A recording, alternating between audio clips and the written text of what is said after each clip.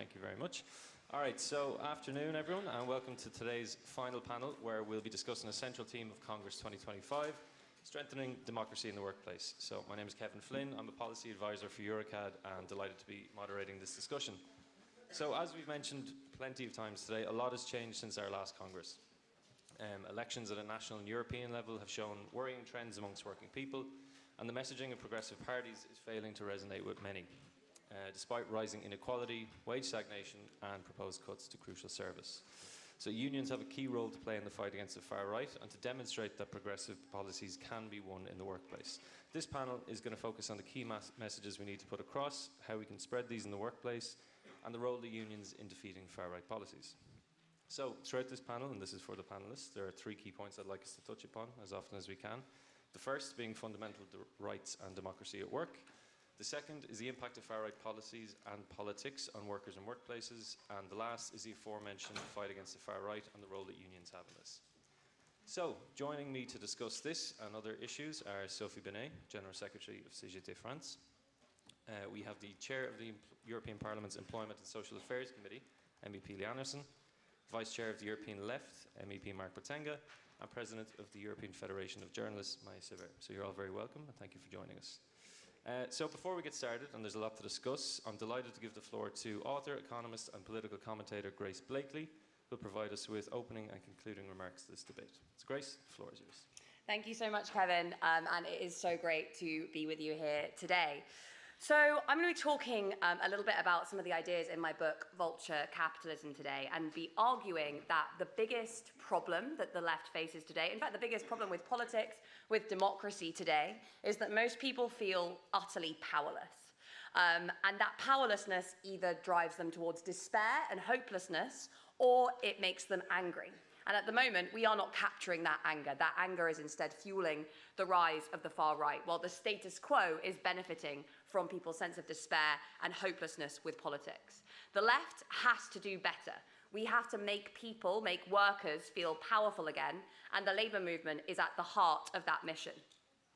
So the first question, obviously, is why people feel so powerless. Now, this is an issue I touch on at length in my book, Vulture Capitalism, and I really look into what the power structures that underpin actually existing capitalism really are. You know, we're told we live in a free market, democratic capitalist system in which, you know, life is organized according to free competition.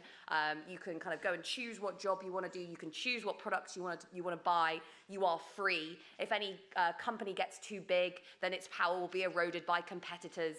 Governments exist to regulate those corporations, and everything is supposed to function according to this very elegant model of equilibrium that economists tell us governs capitalist economies. But actually existing capitalism is not, as I argue in the book, is not a free market system. Instead, it is a system based on centralized oligarchic control and a fusion of public and private power. And you see this throughout the whole of society. So you see this in the way that massive multinational corporations are able to dominate and enclose markets. You see this with the way that financial institutions work with one another, with states and with ordinary corporations to enclose those markets. And you see it with the corruption of our democratic institutions and political parties that are in bed with both big businesses and big corporations. Within the corporation, there is no market. The corporation is this top-down, authoritarian, bureaucratic structure that crushes people's freedom, especially if you are a worker. And our democracy has been bought off by bosses, essentially. So in so many of the institutions that are supposed to provide working people a voice, they are denied a voice. At work, you are denied a voice because your boss tells you what to do. In politics, you are denied a voice because power is handed seamlessly from one political party to another without anything really changing. And the problem is partly due to the fundamentally broken way in which we understand politics. Part of the reason I wrote this book was I was kind of campaigning for Jeremy Corbyn in the Labour Party in 2019. And then as soon as that election was lost, the pandemic hit. And I remember going on lots of TV shows and talking to Piers Morgan and lots of breakfast hosts. And they would say things like, well, Jeremy Corbyn lost the last election, but we now have a Conservative government in power that's handing out money to big businesses and, spending lots of cash boosting the economy. You saw the same thing here in France, where lots of public companies benefited from vast amounts of government money during the pandemic, and they dished out that money to shareholders and often laid off lots of workers. It was the same in Germany, across Europe, across Australia, the US. Everywhere we saw the state expand and most of the benefits going to big business. And I had people asking me, is this socialism? Because they think that socialism means big government, right? And I think this really comes back to this broken way in which we understand capitalism, in which we understand democracy. Our politics is stuck in this dichotomy between markets versus states. And most of the time, the big businesses are working with the politicians to pursue their own interests. Politicians support bosses, often, seeing this in my own country at the moment, trying to crush trade unionists fighting for power. And equally, massive CEOs, as we've seen in the US, billionaires, are supporting politicians who are aiming to undermine and erode democracy. This markets versus states narrative that we have isn't working. It isn't an accurate description of our system. And it is also making people feel powerless. Because when stuff goes wrong, we're told, okay, the market messed up, so we need to hand more power to the state. And when the state messes up, we're told we need to hand more power to bosses. There isn't this clean separation between public and private power that we're told there is. We need a third force to push back against this centralized oligarchic system that is modern capitalism. Now, in the book, I lay out a lot of different examples as to how this kind of, what I call vulture capitalism works, how this centralized authoritarian model of capitalism works. The book opens with one example and closes with another example, which I'll talk about later. And I think these two examples, which are in the aerospace sector, indicate two paths that we can take when we're thinking about how to organize society. So the book opens with the example of Boeing. Now, many of you will have seen the Boeing 737 MAX disasters, in which two planes nosedived out of the sky, killing nearly 350 people in two separate plane crashes. It was later revealed that senior executives at Boeing had known about the flaws with this plane before it went to market. Unionists up and down the company, engineers, people working within the company, had brought these issues to management, saying these planes aren't safe. But because Boeing had been reorganized according to the interests of shareholders, with layers and layers and layers of management introduced to crush the voices of workers, those issues were ignored, the planes went to market, and they were fundamentally unsafe. You might think this is a case of a greedy corporation that needs to be properly regulated, right? These CEOs who allowed this plane to go to market, knowing that it was unsafe, they just need better regulation. The issue is that Boeing was being regulated. It was being regulated by the FAA, which was then organized according to a principle of self-regulation, which you may recognize as the same philosophy that underpinned how the banks were regulated before the financial crisis of 2008.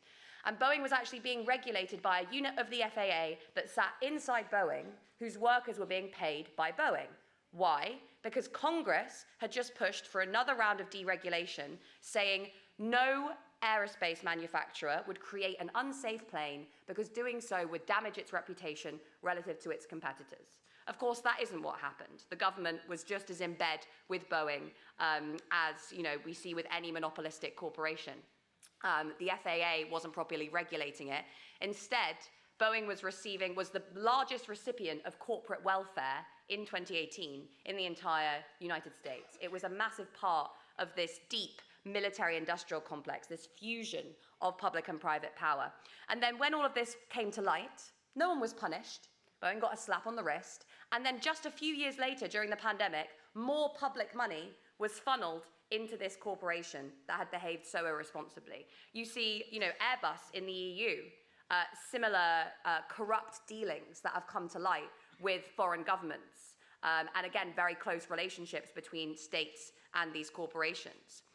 These are just two examples, and I've got tons more. You can just look at what's going on in the US right now with the close relationship between Elon Musk and Donald Trump, between various different billionaires, Peter Thiel, all part of this new libertarian movement, and the American state.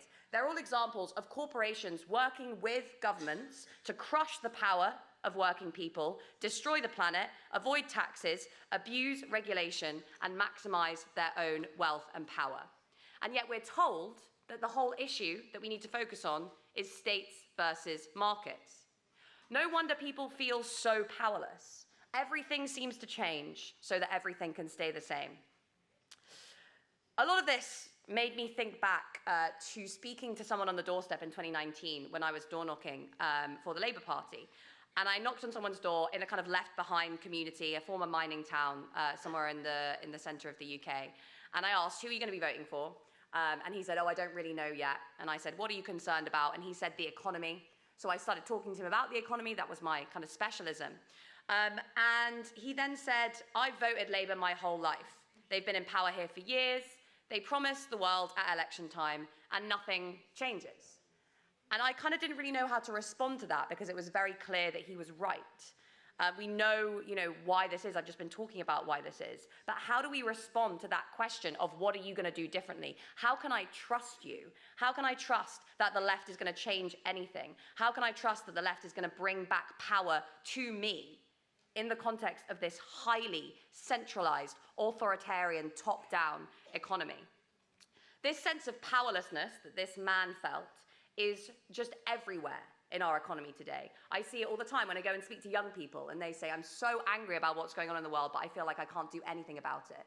You see it up and down kind of left behind communities across most of the rich world where they say, we've lost all the jobs, we've lost the dignity, we've lost a sense of self-respect, but we don't feel like we can do anything about it.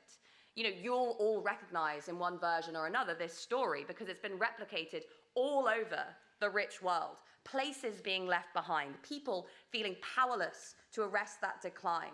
All the while, these massive corporations overtaking our governments, generating massive profits for shareholders, and crushing the workers who are trying to resist. This sense of powerlessness is the defining issue of politics today, and the far right is beating the left. The far right is really good at speaking to this sense of powerlessness and rage that people have at living in an authoritarian, centralized, and corrupt system. A story that, again, comes to mind when I think about how the far right mobilizes on this basis. If you think about the origin of the term fascism, Mussolini used the imagery of a fasces, which was a Roman weapon, and it was formed by a load of sticks that were then kind of tied together with an axe in the middle. And he used this imagery because he said one stick is very hard to break. But when you have a bundle of sticks tied together, they're very strong, they're very hard to break. And you can use that to attack your enemies. It's no coincidence that Mussolini, who was a former socialist, took this imagery, which was part of the trade union movement. We have this imagery of a raised fist. Why? Because one finger is hard to break, but a clenched fist, one finger is easy to break, a clenched fist is much, much harder. Now, what he was doing, what fascists and far-right movements do when they speak to this sense of powerlessness is they say, we will give you a way to come together like one of those sticks, like one of those fingers, as part of a powerful reactionary movement that can make you feel strong again. They're saying, we recognize that you feel alone, you feel isolated, you feel scared, you feel left behind, you feel like you have no sense of power, no say in all of the most important decisions that affect your life. And we'll make you feel strong, not by taking on the billionaires, not by, allowing you to organize against your bosses, not by delivering real change in politics, but by instead creating these reactionary, violent movements that take out that rage on people who are weaker than you, on people who you feel strong when you attack them. And this is, I think, the main issue threatening democracy today. It's that people feel powerless, but they also feel alone. And this is, of course, a legacy of neoliberalism. When Margaret Thatcher came to power in the UK, one of her messages was there's no such thing as society. The whole aim of the neoliberal movement was to crush the trade unions, but it was also to break up all forms of collective power so that it became impossible for people to come together and resist this corporate capture of our economy. I often think that the simplistic narrative that the left has about the rise of the far right, which is that it's happened because of inequality and poverty, isn't quite right. Because we've had much worse inequality and poverty in the past. We've had much bigger and more powerful corporations that the Labour movement has fought back against. The difference is that in the past, we had a labor movement. We had mass movements that were capable of bringing people together and fighting for their interests. Today, thanks to the legacy of neoliberalism, individualism, we don't have those movements anymore. So it's not just that you are facing this huge system that feels so out of your control, it's that you're facing that system alone. And this is why I think the role of the labor movement is so important today, because it gives people that sense of solidarity, of collective power, of being able to come together with those around them to fight against this fundamentally corrupt system. And the story that I like to contrast with Boeing is Lucas Aerospace, which was a firm in the UK in the 1970s that was privately run but highly unionized, and it was going to go under. So the workers came together and they said to the Labour government, we need you to nationalise us. The Labour government said no. And instead, one of my favourite democratic socialists, Tony Benn, spoke to the workers and said, why don't you go away and come up with a plan as to how you would run this firm if you could? And they came up with the Lucas Plan. And this was an incredible document full of ideas generated by ordinary workers as to how they would take control of this private company, run it themselves, govern it democratically, and produce socially useful technologies instead of weapons. This was thousands of workers throughout the organization who basically said, we're done with being told what to do by managers who don't really understand how this business operates. If you gave us power, if we were able to make these decisions ourselves, we would do a far better job. And they were right. Of course, because they were right, they were crushed by Thatcher. Many of them then went to work for the GLC, the Greater London Council, where they tried to put this ethos of community power into place through a number of different proposals about bringing communities together to say, what technologies do you need to reduce inequality, to boost local businesses, to support local power. And so Thatcher crushed the GLC. Neoliberalism was this movement that was aimed at breaking popular power up, because you cannot create a hierarchical, centralized, authoritarian capitalist economy in the context of organized working class power. So they came for the power of the working class. Now, in this world, in this individualistic society that we live in today, it is hard to rebuild that power because we are focused on our own lives, on our own pension pots, on our own houses, our assets. We see our lives, in this neoliberal framework as assets versus liabilities. We don't even imagine half the time. I speak to young people often who don't even know what a union is. We can't imagine what it would be like to come together with those around us to fight against a fundamentally unjust system. And the far right is taking advantage of that because it's saying, yes, you feel powerless, but you can come together and attack those who are weaker than you, and that will make you feel strong. You can project your agency onto a Donald Trump or a Le Pen or a Farage, and those powerful people will make you feel strong again. How does the left respond to that? Instead of saying, project your agency onto great men who are here to rescue you, the left needs to go back to that narrative of how we empower working people to take back control themselves. Instead of saying, vote for this political party, we'll do good things for you, there needs to be an offer of real democratization of society, putting power back in the hands of working people, allowing people to take control. This was the slogan of the Brexit vote in my country, take back control. What is our answer on the left as to how we help people take back control?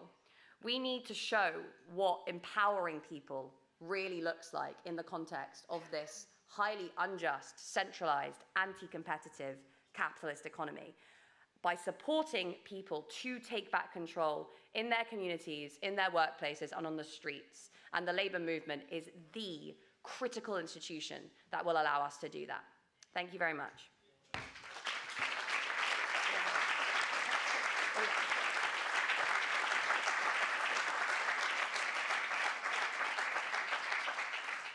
Thank you very much, Grace. So as we are in Paris, Sophie, I'm going to have to start the panel with you. So the powerlessness that Grace discussed, it's been a pretty busy year for CGT, I think it's fair to say, and for French unions in general. It's been a lot of anger at government actions and collapses. I'm not sure if we can remember who the current Prime Minister is, but do you think, more generally speaking, there's a democratic deficiency in workplaces in Europe?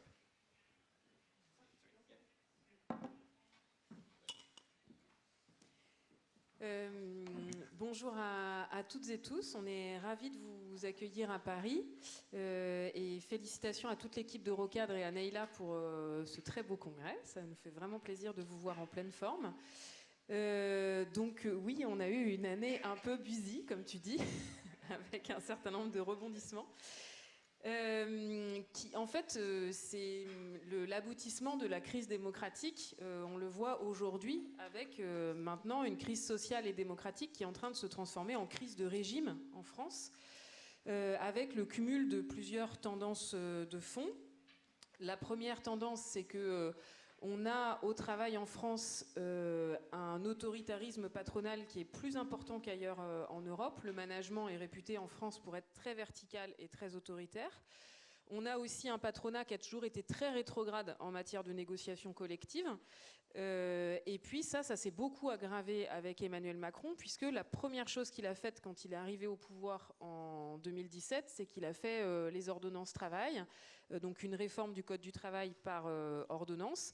Et dans cette réforme, il a restructuré complètement les instances de représentation du personnel. Pour vous le dire en résumé, maintenant on se retrouve avec, dans une entreprise comme Action les magasins, je pense que vous connaissez, 20 000 salariés, plusieurs centaines de boutiques, 200 ou 400 boutiques, une seule instance de représentation avec 20 représentants du personnel pour 20 000 salariés qui sont supposés faire l'hygiène, la santé et la sécurité, la défense individuelle des salariés, la stratégie économique, les activités sociales et culturelles. C'est impossible. Et donc ça se met en place en France depuis 5 ans avec un grave recul démocratique dans les entreprises, une explosion des accidents du travail et des morts au travail. On est champion d'Europe avec les Italiens et on a vu l'impact de cette réforme de façon très directe. Donc on a un autoritarisme patronal en France qui est encore plus fort qu'ailleurs. Le deuxième phénomène, c'est la 5e République en France. Voilà. Heureusement, ailleurs en Europe, vous n'avez pas cette chance-là. Et donc c'est ce qui fait que un président de la République peut imposer une réforme des retraites sans vote du Parlement, contre une mobilisation massive de 6 mois avec des millions de personnes dans les rues, contre l'avis de tous les syndicats. C'est aussi la 5e République qui fait que, alors qu'il a perdu les élections législatives l'année dernière, il peut ne pas appeler la force qui arrivait en tête, à savoir la gauche, mais imposer 5 premiers ministres issus de son camp. Et notre force, c'est que là, depuis son passage en force contre la réforme des retraites, on l'avait dit, malheureusement la Constitution lui donne le pouvoir de passer en force, mais il va le payer cash d'un point de vue démocratique, et là on lui fait payer vraiment au prix fort, et on y a mis toute l'énergie pour lui faire payer au prix fort, et donc on a fait tomber 5 gouvernements, et là le deuxième gouvernement, on a vécu une semaine complètement baroque avec un gouvernement qui a tenu 14 heures, par exemple. On est dans une situation totalement inédite en France, au bord vraiment de la crise de régime. Et donc là, pour tenir et ne pas être censuré, le nouveau Premier ministre a été obligé de prendre des engagements sur la réforme des retraites, alors que ça fait 2 ans et demi qu'Emmanuel Macron veut tourner la page et veut passer à autre chose. On a forcé à ce que le sujet reste sur la table et à ce qu'il soit obligé de faire des concessions. Donc c'est bien. Par contre, ces concessions ne sont clairement pas à la hauteur, puisque là, les concessions, c'est un décalage dans le temps de la réforme des retraites. On la décale d'une génération. Donc il y a celles et ceux qui sont nés en 1965 et en 1964 qui resteront à 62 ans et 9 mois. Et après, pour les autres, ça continuera à dérouler, sauf si on réussit à gagner un vrai blocage de la réforme et une vraie abrogation de la réforme. Donc voilà sur la situation, mais toujours est-il que le pouvoir est de notre côté, la force est de notre côté. La dernière chose, c'est que cette 5e République, elle n'est pas nouvelle en France. Pourquoi est-ce qu'on atteint cette crise de régime ? Parce que l'extrême droite est à un niveau inédit. Et donc c'est ce qui fait que le patronat et Emmanuel Macron peuvent se permettre de passer en force et refusent tout compromis avec nous, parce qu'ils savent que si le système craque, ils ont leur alternative à savoir l'extrême droite. Si Emmanuel Macron est obligé de dissoudre, il n'a aucun problème avec cette idée-là, il est même plutôt favorable, c'est ce qu'il a fait l'année dernière. Il sait que son camp ne va pas gagner, mais que c'est la droite et l'extrême droite qui gagneront, et il n'a pas de problème à donner les clés du gouvernement à l'extrême droite, parce qu'il sait que ça lui permettra de maintenir sa politique économique. Et donc aujourd'hui, la stratégie d'Emmanuel Macron, c'est exactement ce qui a été décrit là, c'est tout changer pour ne rien changer. Il a changé 5 gouvernements et 5 fois le casting pour tenter de maintenir la même politique. Et il y a une alliance objective qui est en train de s'organiser entre l'extrême droite et le capital, parce que le capital sait que l'extrême droite ne changera pas de politique économique et aura toujours une politique économique aussi favorable aux affaires. Et donc, la nouveauté, c'est qu'on a un patronat qui est maintenant complètement radicalisé et qui ne cherche plus même à faire le moindre petit compromis avec nous. L'année dernière, il y a eu une discussion sur les retraites et le patronat a refusé tout compromis, alors que franchement, c'était pas très coûteux, même pas coûteux du tout, parce que ils s'en fichent, ils savent que si le système s'écroule, ils ont leur alternative avec l'extrême droite.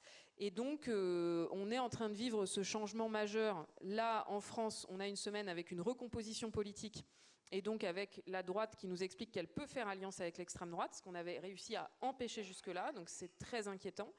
Et cette recomposition politique, elle se fait sur fond d'alliance avec le patronat, puisque jusque-là en France, on avait quelques milliardaires qui organisaient une campagne pour l'extrême droite, à savoir Vincent Bolloré, Stérin, des gens comme ça, et qui mettaient leur argent au service de leur campagne idéologique pour l'extrême droite. Ils ont déjà racheté beaucoup de médias, ils ont une force de frappe très importante. Mais maintenant, c'est le patronat français qui, lui-même, commence à dialoguer avec l'extrême droite. Pour la première fois cet été, le MEDEF, donc l'organisation patronale française, a invité l'extrême droite à un de ses congrès pour dialoguer avec eux. Ça ne s'était jamais fait auparavant.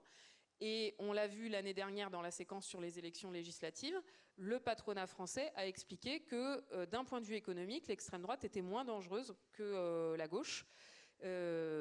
Et du coup, sans prendre du tout en compte les dangers démocratiques et moraux de l'extrême droite. L'extrême droite française, c'est le Rassemblement national français, c'est un parti qui a été fondé par des anciens Waffen-SS, qui ne s'est toujours pas déconnecté de Jean-Marie Le Pen, qui disait que la Shoah c'était un détail de l'histoire et les chambres à gaz aussi. L'extrême droite française, c'est ça, on est quasiment au niveau de l'AfD en Allemagne quand même. Et donc il y a un processus de normalisation avancé de l'extrême droite, puisque comme maintenant pour le capital et le patronat, la démocratie est clairement un problème, puisque les travailleuses et les travailleurs sont beaucoup plus lucides qu'avant, se mobilisent et ne laissent plus passer. Et donc maintenant, on a un patronat qui fait alliance avec l'extrême droite pour combattre la démocratie.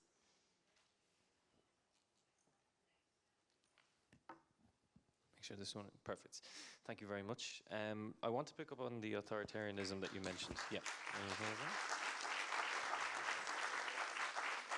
So I want to pick up on the authoritarianism that you mentioned. And normally when we have issues like this, it's journalists who we look to kind of blow the whistle as much as possible. And the EFJ themselves have mentioned that there's been 709 press freedom violations affecting about 1,249 media workers and entities from January to June of this year. So how have you as a federation responded to these issues, and are you worried that maybe work demands on authoritarianism in general are leading to journalists sleepwalking into workplace apathy? First of all, thank you for your invitation and congratulations because of very interesting Congress. Just maybe to say a word, I'm a journalist, I'm from Croatia. I'm elected president of European Federation of Journalists, which covered almost 300,000 journalists all over the Europe. Not just member, but also in these countries they are in a joining process. We gathered unions and associations from 45 countries. We have more than 70 members. So I want to say first one word that when we talk about democracy and workplace, about worker rights, about standing up to the far rights.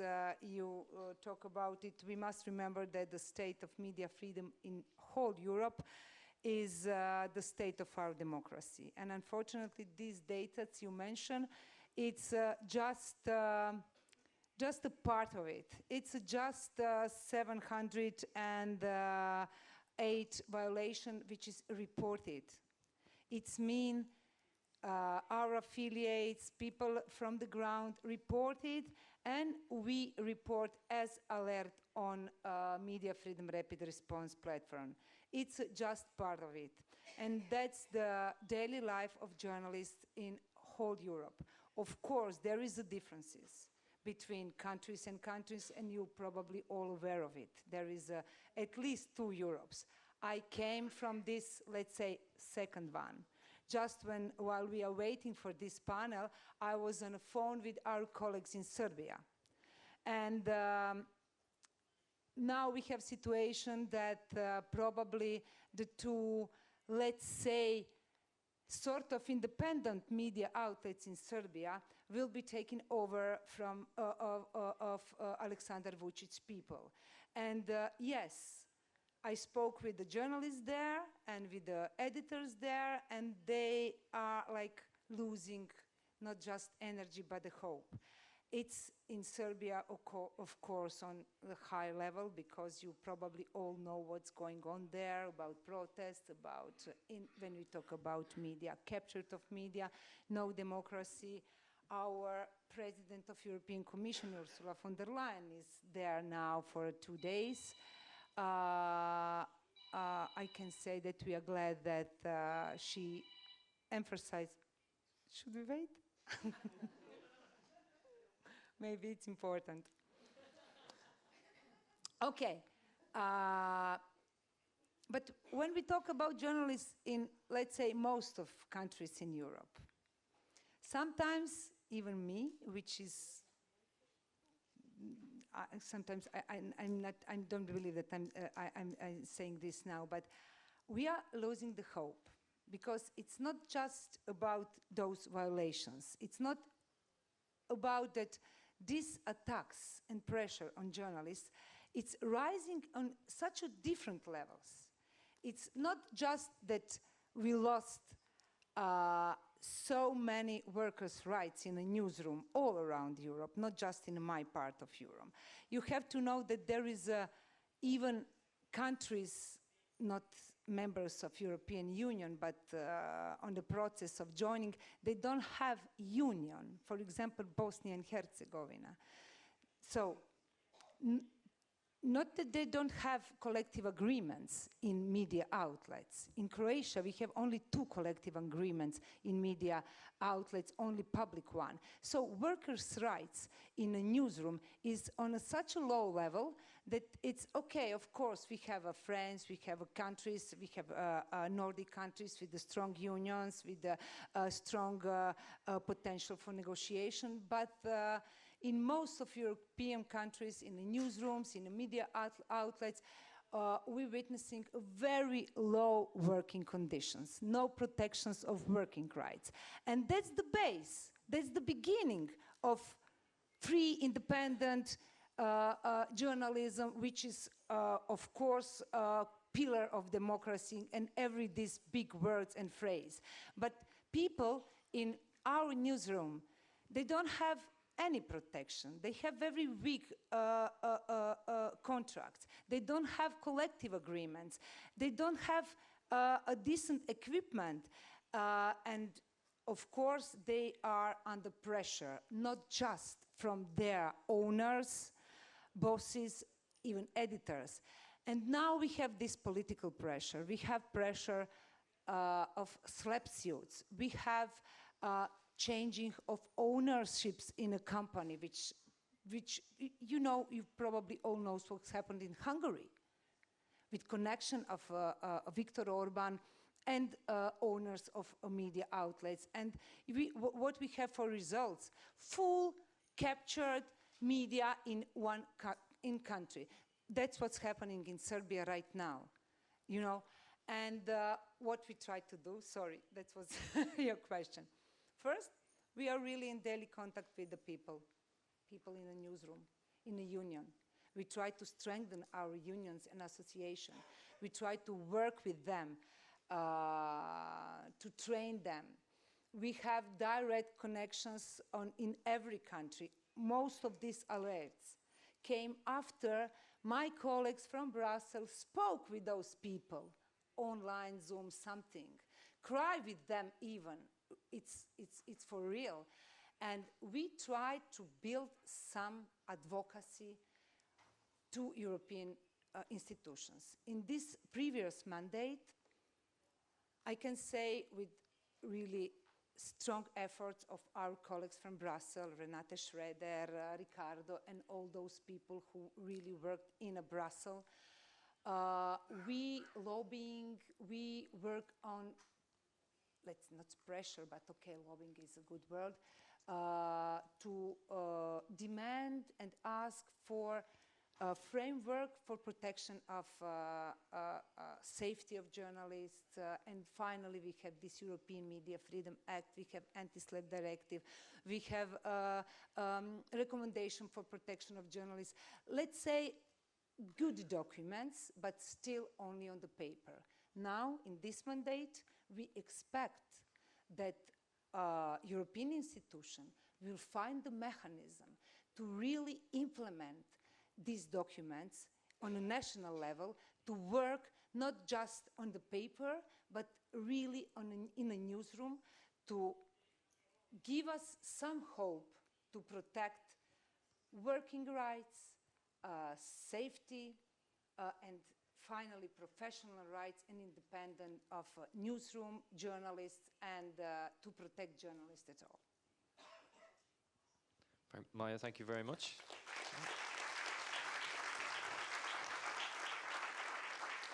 I think it's telling that the first case that you mentioned was Serbia after the conversations we've had about mass movements already throughout the day. And I think we started the day, in fact, by referencing the amazing show of strength yesterday in Brussels, 140,000 people on the streets in Brussels yesterday. So naturally, Mark, I have to come to you. If I said it's been a big year in France, it's equally been quite a big year in Belgium. So the Arizona Coalition has faced immense pushback from all walks of life, all parts of society. So how would you assess the impacts of these actions in forcing the government to listen to workers, and what concessions do you think have been won so far? Bonsoir, bon après-midi. I'm going to speak in French, at least the first time, sorry.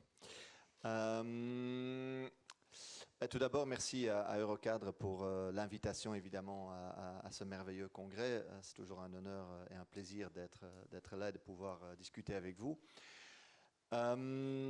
Oui, effectivement, vous me trouvez ici avec une énergie particulièrement positive après hier, parce que c'était une manifestation historique de 140 000 personnes dans les rues de Bruxelles, à l'appel des trois syndicats et d'une partie de ce qu'on appelle le monde associatif, donc des organisations de la société civile.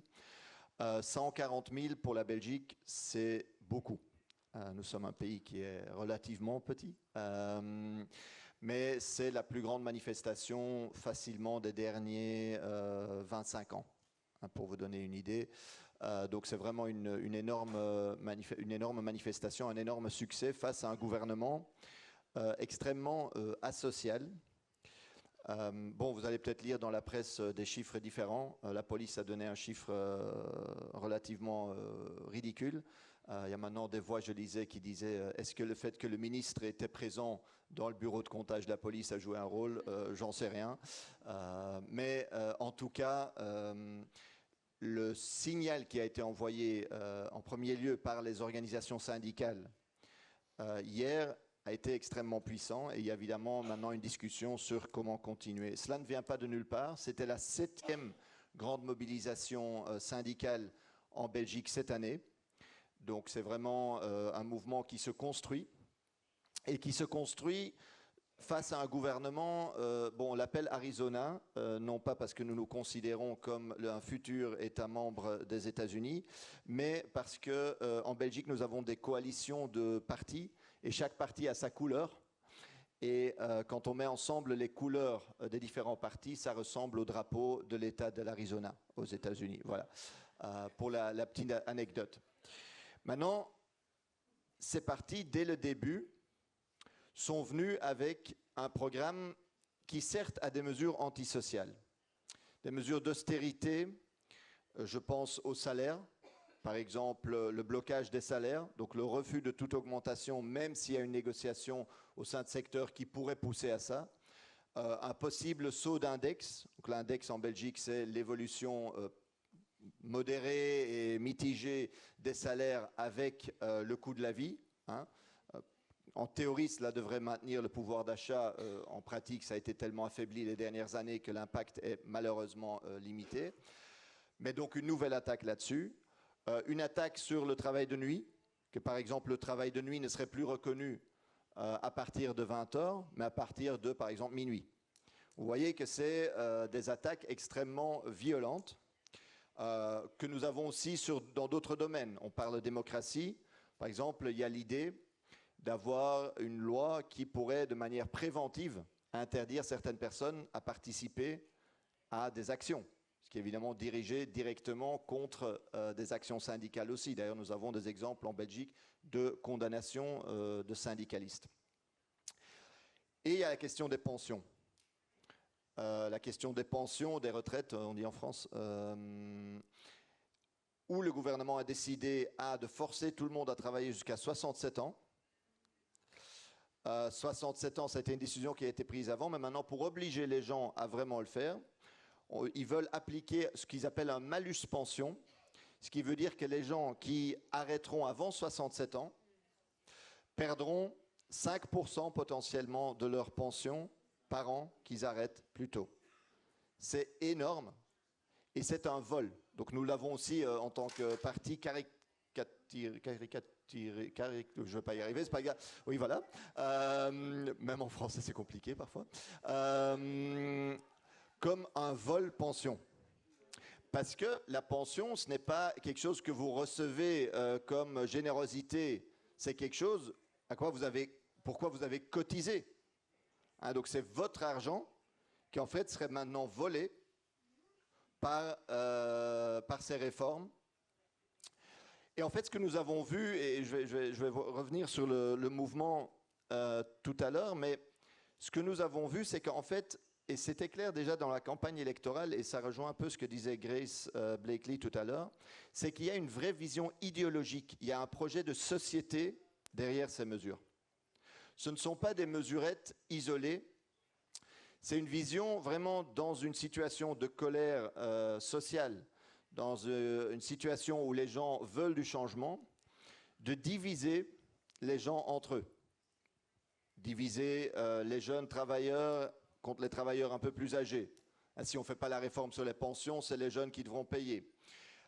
Les travailleurs avec emploi contre les travailleurs sans emploi. Vous voyez bien que tous ces chômeurs y profitent. Les travailleurs malades contre les travailleurs qui sont en bonne santé. En disant, vous voyez bien qu'en Belgique, il y a trop de travailleurs qui sont malades, hein, qui sont des malades de longue durée.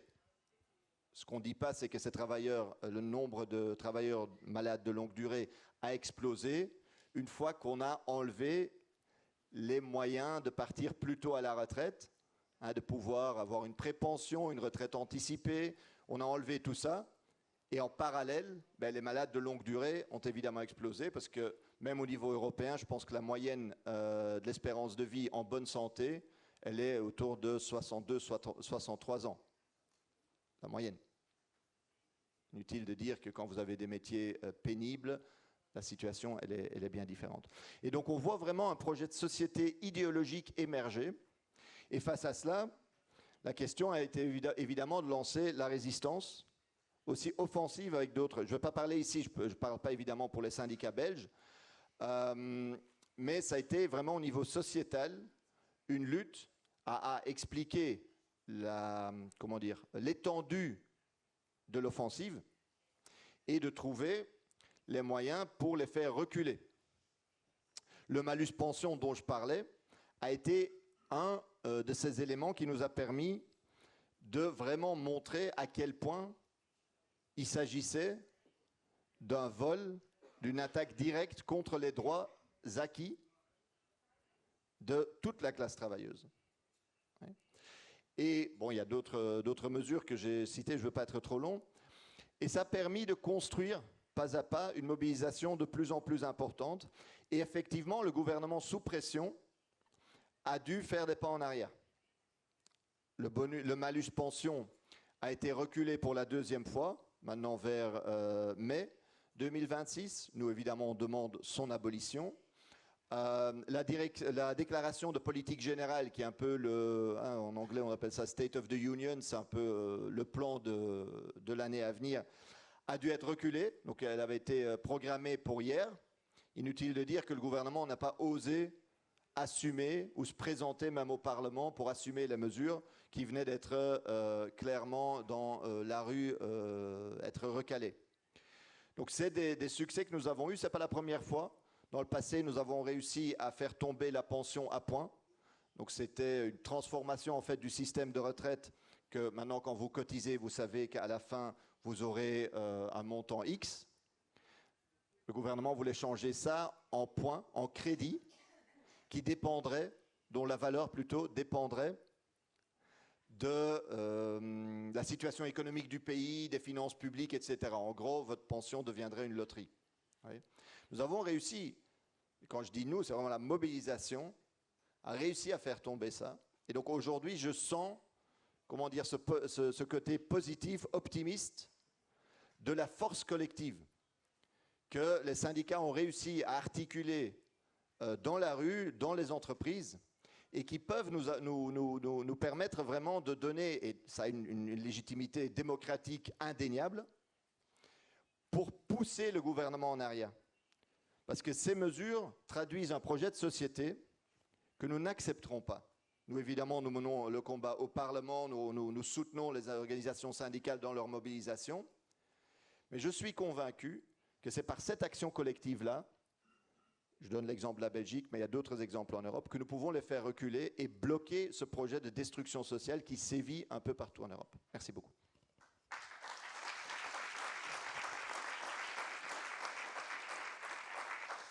Thank you, Mark. So, an anti-social government attempting to take hold in Belgium, but we kind of already have one taking hold in Finland, Lee. It's a strange kind of case of self-imposed austerity. So, is this just another sign of how harmful right-wing economics are, not just to workers, but economies? And to bring back to the earlier points that we had, how are we bringing collective power back to Finland and Finnish workers? Well, thank you very much for inviting me, and I always think it's useful to start with saying, why should all of you here be interested in what is going on in Finland, a small country way up north where they speak a very funny language? And I always say that one reason is because, unfortunately, Finland was one of the first countries in Europe to take the far right into government. So Finland also provides us with some important lessons and examples of what that means for workers and for workers' rights.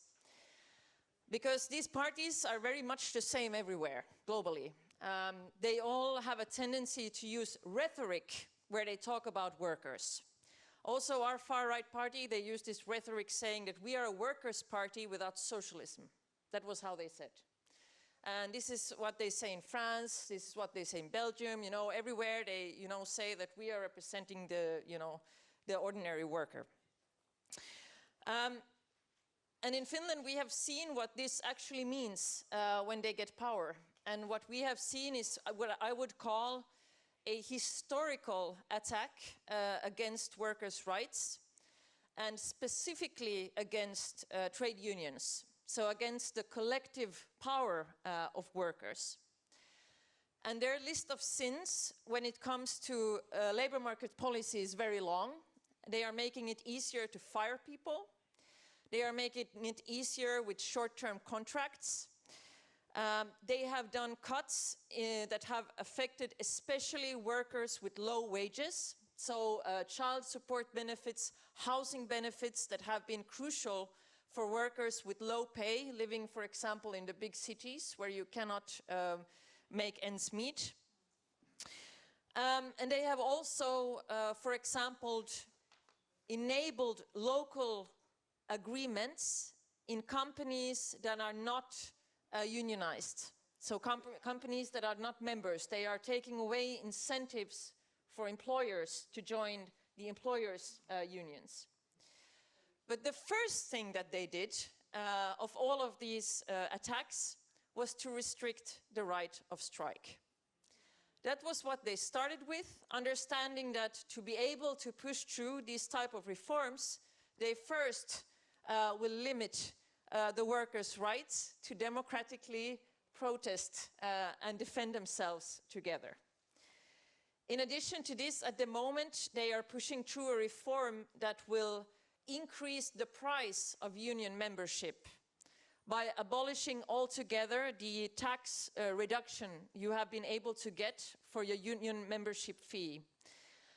And the reason they are doing this is only to attack unionization, so to get the amount of workers belonging to trade unions to go down. It's very clear, it's very ideological. In addition to this, they have also enacted very harsh austerity policies. They have cut funding for the public broadcasting company, of course, attacking journalists and freedom of press. Very big cuts in funding for healthcare and social services, also for vocational education, and extremely large cuts in the social security, unemployment benefits, child benefits. So we have seen a very sharp increase in child poverty in Finland during these years. And I think the other interesting example of Finland is that they came to power with a promise of, by doing austerity, we will fix the economy. And that is how the right wing talks everywhere, right? They are also very much the same everywhere. And what we have seen is a disastrous, actually, result of the austerity policies. So Finnish unemployment is at the moment at the highest level it has been during this millennium, the 2000s.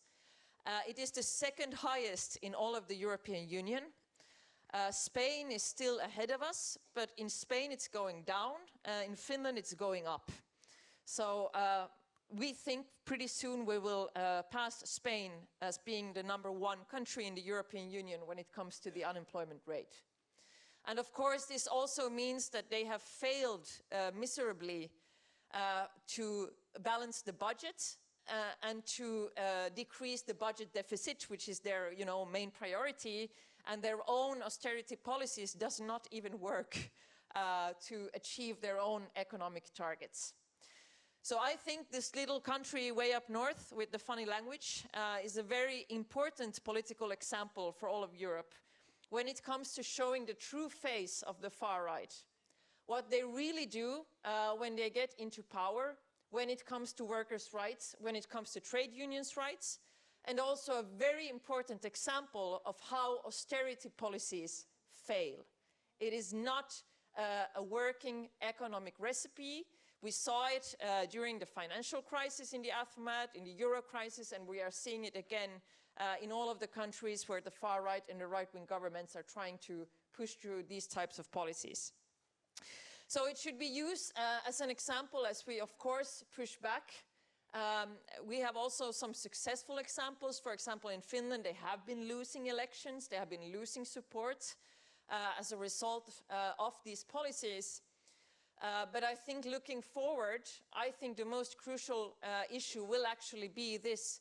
Will we be able to build a broad public offensive with a working counter-narrative against the far right, and also a movement that will involve all of the actors in society so that we also are able to kind of strengthen people's beliefs in their own power to fight the far right. Because I think that is one of the crucial elements we need for the left counter-narrative, that it is possible to beat them, it is possible to get the governments to pull back on their reforms, and it is possible to beat them in elections.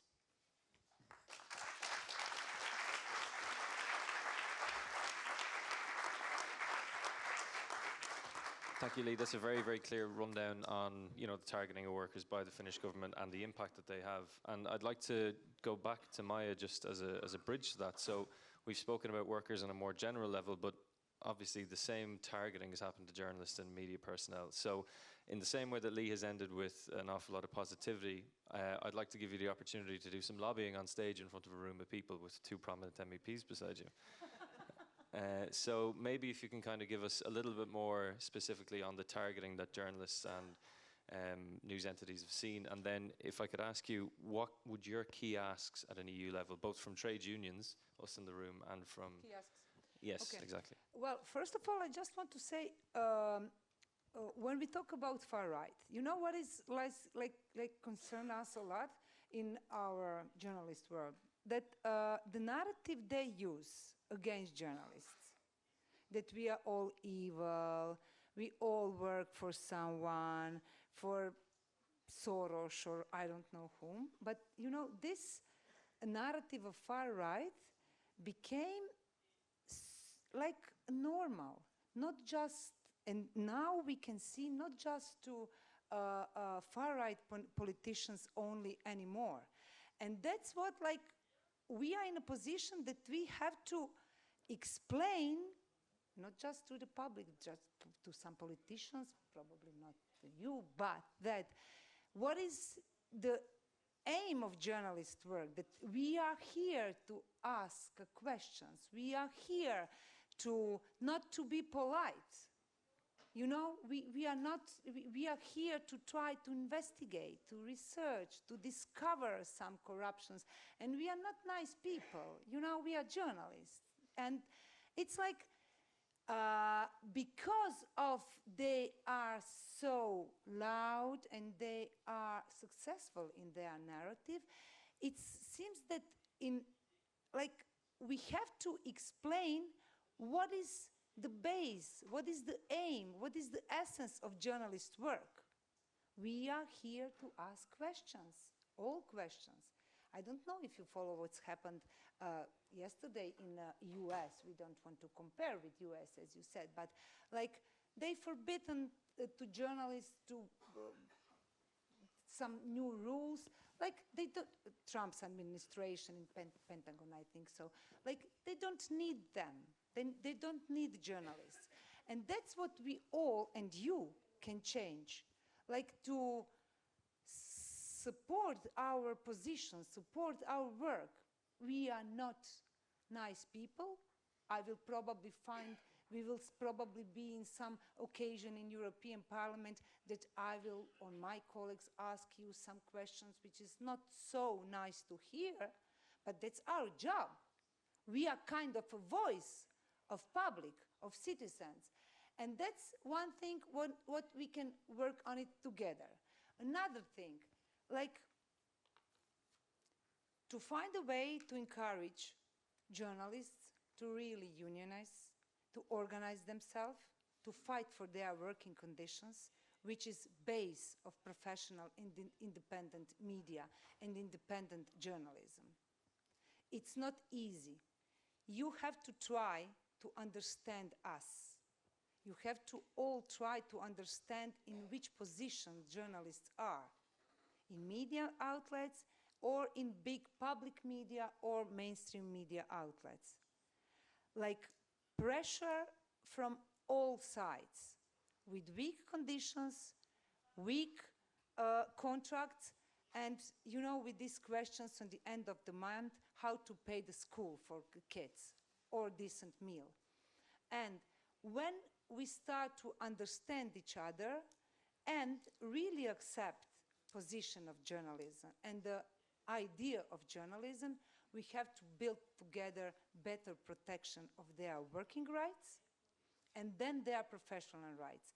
And I think that that's the part of this bigger and wilder, let's say, front or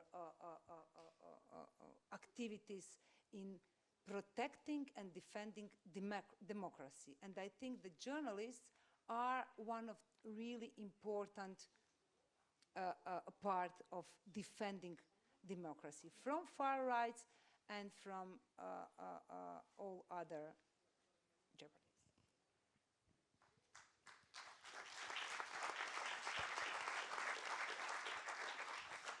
So I just want to pick up on one specific point that you mentioned there, Maya, and that's finding a way to unionize.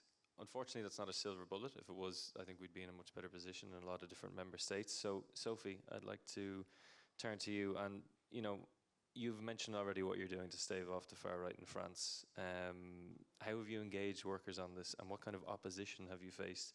I mean, both internally and externally. I mean, with empowering French workers while also facing this existential crisis.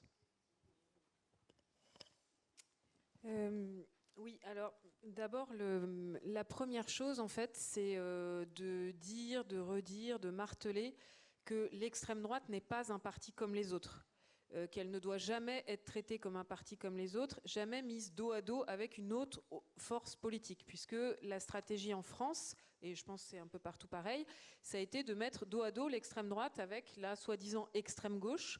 Bon, en France, ça s'appelle France Insoumise, mais ça pourrait être une autre force, pour dire, bon bah voilà, on parle avec tout le monde, sauf aux extrêmes. Non, on peut avoir des désaccords avec France Insoumise ou autre, mais ça n'est pas la même chose que l'extrême droite. Parce que l'extrême droite, elle fait peser une menace existentielle pour notre démocratie. On sait qu'elle arrive au pouvoir très souvent par les urnes, mais que sa particularité, c'est qu'elle fait tout pour ne pas rendre le pouvoir en s'attaquant au fondement de notre démocratie, l'indépendance de la presse, l'indépendance de la justice, l'indépendance des organisations syndicales. Une fois qu'on a dit ça, la deuxième chose qu'il faut aussi se dire, c'est que l'extrême droite fait peser un risque existentiel pour les organisations syndicales et pour le syndicalisme. Quand Emmanuel Macron, l'année dernière, a dissous l'Assemblée nationale, tout de suite, on savait que si on ne faisait rien, c'est l'extrême droite qui rentrait à Matignon. Et donc, on a eu 3 semaines, c'était très très court, pour inverser la tendance. Tous les sondages disaient, il n'y a rien à faire, quoi que vous fassiez, ça sera l'extrême droite qui rentrera à Matignon. On a réussi à empêcher ça. Pour empêcher ça, ça a été une mobilisation massive de la CGT et de la société civile, et on est passé en mode mobilisation pendant 3 semaines. On a fait plus que ça, et on a mis tout l'appareil militant pour empêcher cette catastrophe. Et donc, pour mobiliser l'organisation, il a fallu, expliquer, pas comme les autres organisations particulières, 2, menace existentielle pour le syndicalisme, on n'a pas le choix. C'est pas une option. C'est parce qu'il y a évidemment, nous, des militantes et des militants qui nous ont dit, mais quand même, il y a des salariés qui votent pour l'extrême droite, ça va nous faire perdre des points aux élections professionnelles. Oui, d'accord, mais s'ils passent, c'est la CGT en premier, le syndicalisme ensuite d'une façon générale, qui vont être attaqués. Donc, de toutes les manières, soit on perd tout de suite, soit on perd à petit feu, mais cette bataille, il faut la mener. Et de toutes les manières, même si on ne les affronte pas là sur les législatives, eux, les premiers à qui ils s'attaquent quand ils prennent le pouvoir, c'est toujours les organisations syndicales, le droit de grève et les libertés syndicales, parce qu'ils savent que fondamentalement dans notre identité, on est tout l'inverse de l'extrême droite. On est démocratique, on est internationaliste, on rassemble les travailleuses et les travailleurs, quelle que soit leur nationalité, leur origine, leur religion, donc on est tout ce qu'ils détestent. Donc on est en numéro 1 dans leur liste des ennemis à abattre une fois qu'ils arrivent au pouvoir. Donc il ne faut pas se faire d'illusions là-dessus. Ensuite, je voulais souligner aussi que c'est très important que vous ayez le débat ici à Eurocadre. Ça fait des années que Eurocadre a fait de cette question démocratique un enjeu central. Je vois Martine Gefflen au fond de la salle. Je me souviens de la bataille qu'on a menée ensemble il y a 10 ans sur le secret des affaires et après les lanceurs d'alerte, dans laquelle Eurocadre a joué le rôle numéro 1 et a fédéré derrière toutes les énergies avec les camarades journalistes, etc. En France, on a réussi à construire une mobilisation incroyable, à limiter le danger de la directive sur le secret des affaires, puis à gagner la directive sur les lanceurs d'alerte. Et je pense que c'est ça qui a permis derrière d'avoir aussi une bonne dynamique pour les journalistes. Et là, dans la bataille contre l'extrême droite, il y a une dimension particulière au cadre. Qui sont les premiers salariés à qui s'attaque l'extrême droite? C'est les cadres. Pourquoi? Parce que l'extrême droite, contre les cadres, c'est pas seulement la dimension sociale, évidemment, elle s'attaque à tous les travailleurs et les travailleuses, mais elle s'attaque aux cadres de façon particulière parce qu'elle veut prendre la main sur le sens et l'orientation de leur travail. Elle va s'attaquer aux journalistes pour les empêcher de faire leur travail de critique. Elle va s'attaquer aux juges pour leur empêcher d'être indépendants. Elle va s'attaquer aux intellectuels, aux scientifiques, pour les empêcher de travailler sur le climat, sur l'histoire, sur tout ce qui... et les faire basculer dans ce monde de post-vérité que l'extrême droite veut imposer. Elle va s'attaquer aux enseignantes et aux enseignants pour les empêcher d'enseigner la biologie et l'histoire et basculer aussi, encore une fois, dans ce monde de post-vérité. Et elle va s'attaquer aux soignantes et aux soignants, par exemple, puisque je pense que c'est mondial. Les soignantes et les soignants, dans leur éthique professionnelle, il y a le fait de soigner tout le monde, quelle que soit la nationalité. Or, nous, en France, et je pense aussi que c'est mondial, l'extrême droite veut imposer la préférence nationale et dire que les étrangers n'auraient pas les mêmes droits à la couverture santé, par exemple, et donc ne pourraient plus se faire soigner. Donc, il y a des attaques ciblées de l'extrême droite contre les cadres. On le voit aux États-Unis notamment, c'est eux qui sont en première ligne. Donc, je pense que c'est normal que Eurocadre consacre une table ronde sur cette question-là. Et il faut aussi expliquer ça aux salariés. Et d'ailleurs, nous, dans la bataille qu'on a menée en juin dernier, ça a été un levier d'adhésion. Alors, par rapport à tous ceux qui avaient des peurs qu'on perde des syndiqués, on a dû perdre, je ne sais pas, peut-être 50 syndiqués, mais vraiment pas beaucoup, alors qu'on a eu des positions quand même extrêmement claires et tranchantes. Et par contre, on a gagné plusieurs milliers de syndiqués, notamment chez les cadres. En fait, c'est beaucoup des cadres qui sont venus parce qu'ils ont apprécié d'avoir une CGT très claire sur les orientations et qu'ils avaient très peur, si l'extrême droite passait au pouvoir, de ne plus pouvoir faire leur travail.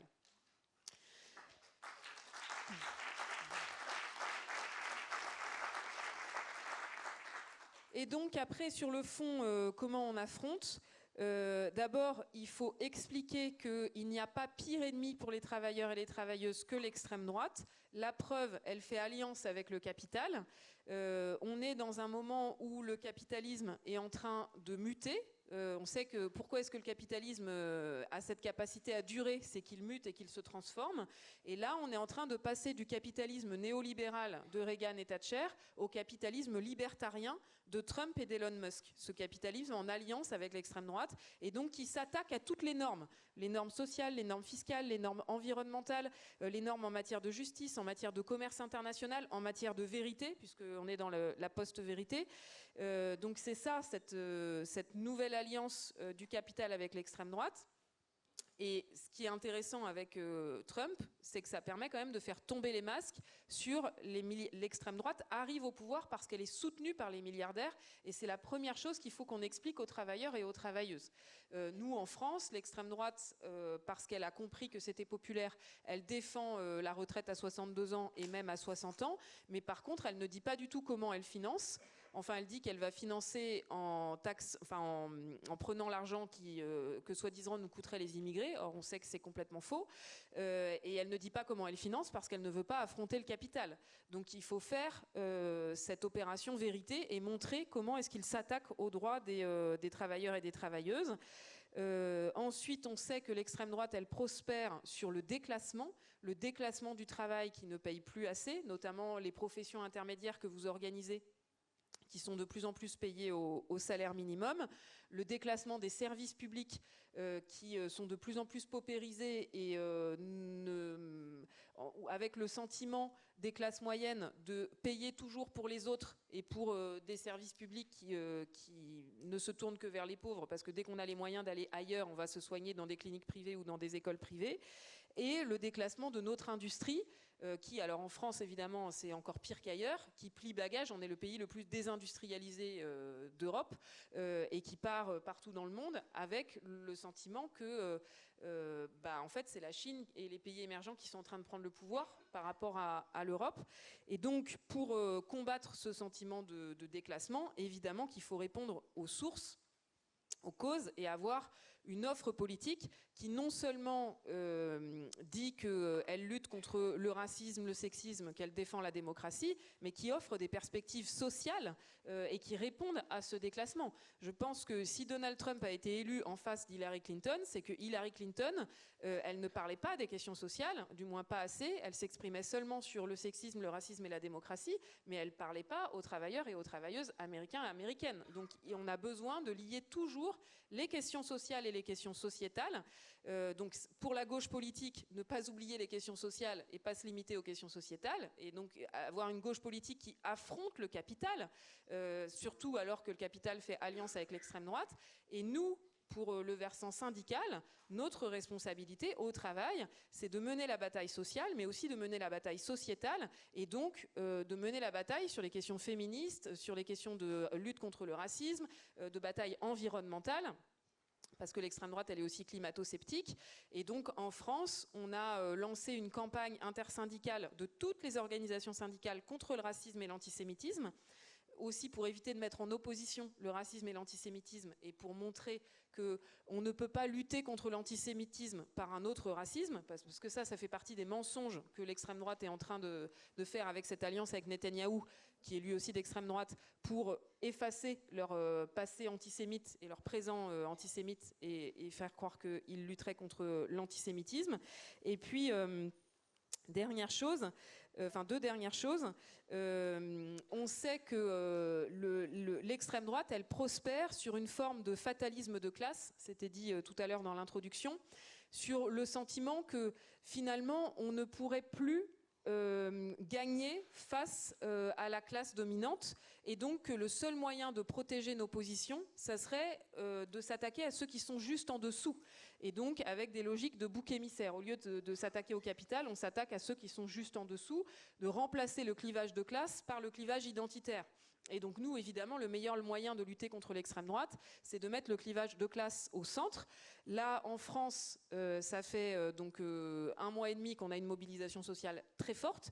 Depuis cet été et cette rentrée, l'extrême droite est invisible parce que c'est nos questions sociales qui sont sur le devant de la scène. Et quelque part, ça permet de faire la transparence. On a réussi avec la taxe Zuckman à montrer qu'on pouvait taxer le patrimoine et que les richesses étaient là, au lieu de faire payer le travail. Et l'extrême droite ne défend pas la taxation du patrimoine. Que fait l'extrême droite pendant qu'on met le sujet sur les questions sociales? Elle fait une pétition contre l'immigration et elle rêve de faire en France ce qu'elle a fait en Grande-Bretagne avec des manifestations contre l'immigration.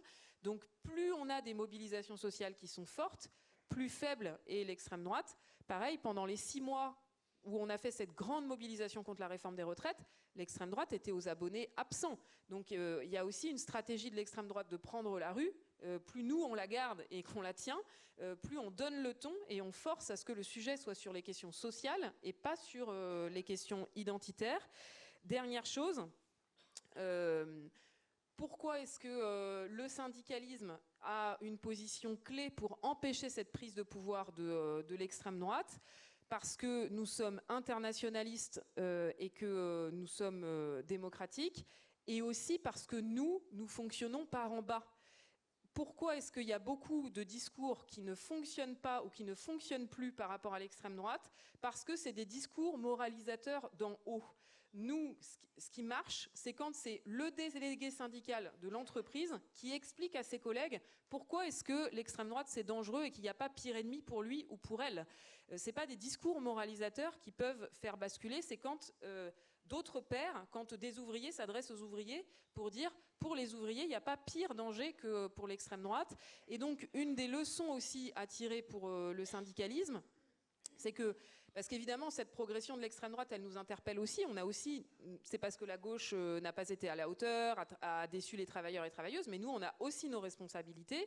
Et donc, dans nos responsabilités, le fait qu'on soit trop institutionnalisé et trop dans le délégataire, l'extrême droite, elle prospère sur un dégagisme généralisé. Et sa stratégie, c'est de nous faire rentrer dans le sac.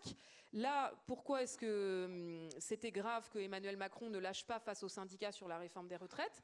C'est que jusque-là, l'extrême droite, elle progressait sur on a tout essayé, on a essayé la gauche, on a essayé la droite, il n'y a rien qui change, c'est pareil.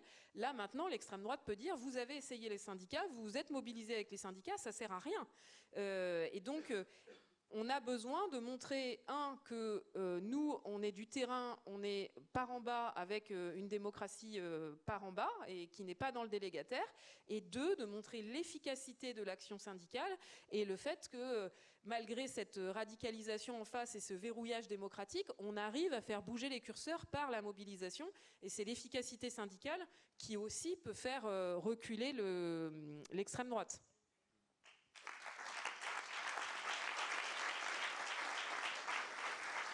Sophie, thank you very much. Je peux dire encore un truc? Pardon, je suis désolée. Dernière chose dont je n'ai pas parlé, l'unité. Évidemment que face à l'extrême droite, on a besoin d'une unité, évidemment une unité syndicale la plus forte et la plus large possible. Dans tous les pays européens où on a pu faire reculer l'extrême droite, que ce soit en France où les camarades espagnols peuvent en parler, c'était une bataille unitaire. Et au-delà de cette stratégie unitaire des organisations syndicales, nous, dans la séquence là les 3 semaines qu'on a passées incroyables à être jour et nuit pour empêcher l'extrême droite, on a cherché à faire des alliances avec le maximum de la société civile, des intellectuels, des artistes, le plus largement possible à mobiliser toute la société civile. Quelque part, quand on est syndicaliste, on joue au judo, on utilise la force de l'adversaire pour le renverser, puisque le syndicalisme, c'est David contre Goliath. Et donc, l'énergie qu'on a utilisée, c'est que face à l'extrême droite, on est obligé de choisir son camp. On ne peut plus être neutre. Et donc, notamment, toute la société civile, le monde associatif, etc., qui s'est beaucoup dépolitisé, bah là, à un moment, dans les 3 semaines où on a cru que l'extrême droite arrivait au pouvoir en France, ils ont tous compris que si l'extrême droite arrivait en France, toutes les associations pouvaient fermer, comme ce qui se passe aux États-Unis. Et donc, ça les force aussi à se repolitiser et à recréer des liens avec nous, pour justement mobiliser tout le tissu social pour empêcher ce basculement vers l'extrême droite et sortir de l'institutionnalisation dans laquelle il y a eu un certain nombre de structures qui se sont mises. Donc ça, c'est les armes qu'on peut utiliser contre l'adversaire.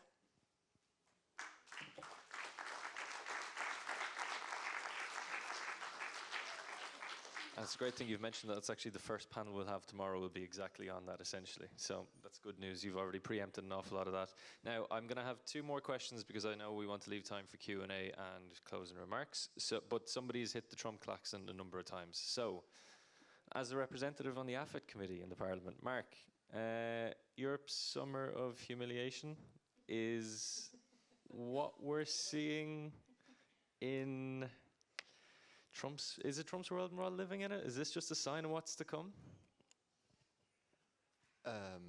Thank you for that question. Je répondrai en anglais. Thanks for the question. I'll answer this in English, and not because I want Trump to understand it, but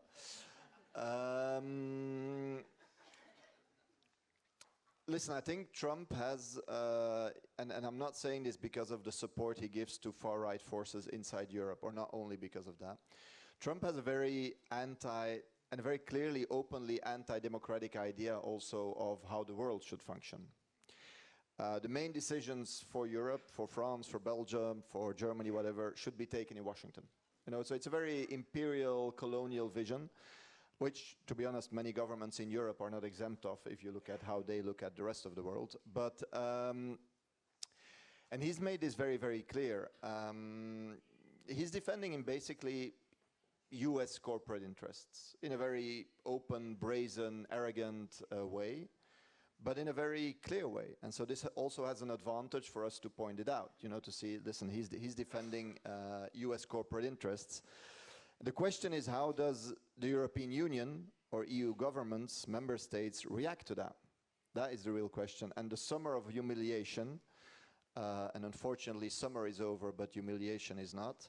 It was very much a choice of EU policymakers, and I'm specifically looking at Commission President von der Leyen, to submit to this, to go to Washington and to say, yes, we will buy, I don't know how many, for how many billions of euros of dirty energy, polluting energy, shale gas. Yes, we promised to buy, I don't know how many US weapons over the next. First of all, very undemocratically, because there was no democratic mandate. She doesn't have the authority to do this.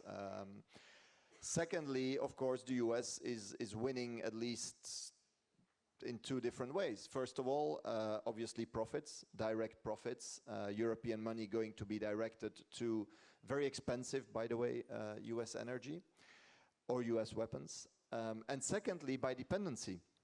Because what is obviously happening is that we are deepening this way our dependency, economic dependency, trade dependency of the United States. Could we have done other things? I do believe we can. We still can. It's not too late.